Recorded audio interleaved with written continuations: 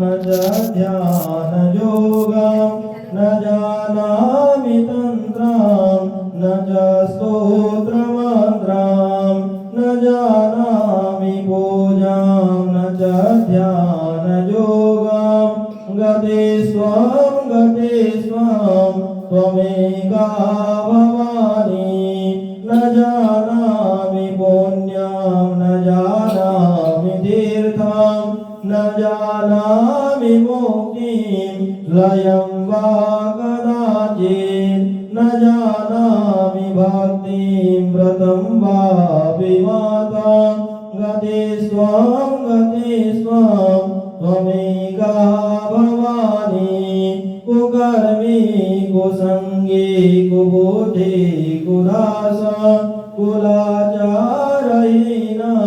कदाचारणेन कुदृष्टि कुवाक्य प्रबद्ध सदाहं गते स्वं त्वमेका भवानी प्रजेशं रमेशं महेशं सुरेशं दिनेशं नितेशेश्वरं वा कदाचित् न जानामि चान्यं सदाहं शरण्ये गते स्वं त्वमेका भवानी विवादे विषादे प्रमादे प्रवासे जले चानने पार्वती शत्रुमध्ये अरण्ये शरण्ये सदा मां प्रभाहि गते स्वं त्वमेका भवानी अनाथो दरिद्रो जरारोगयुक्तो महाक्षीणदीन सदा जाड्यमग्रान् विपतो प्रविष्ट प्रणष्ट सदाहं गते स्वं